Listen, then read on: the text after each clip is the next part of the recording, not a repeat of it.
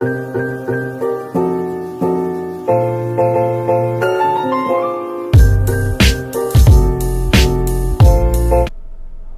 guys, it's me again. Today I'll be teaching you the tips or techniques on how to drive if you need to stop in an uphill road, especially during traffic. So let's say that you already done in a full stop mode using your handbrake or your emergency brake.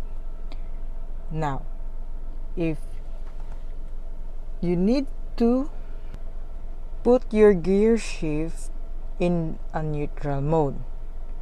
Next, step on your clutch.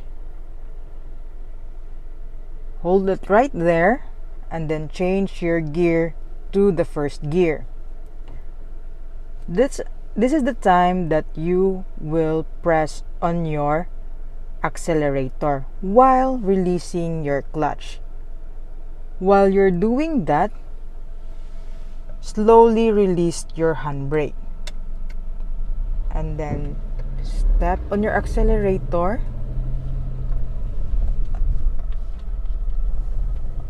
Yes, you're doing it right.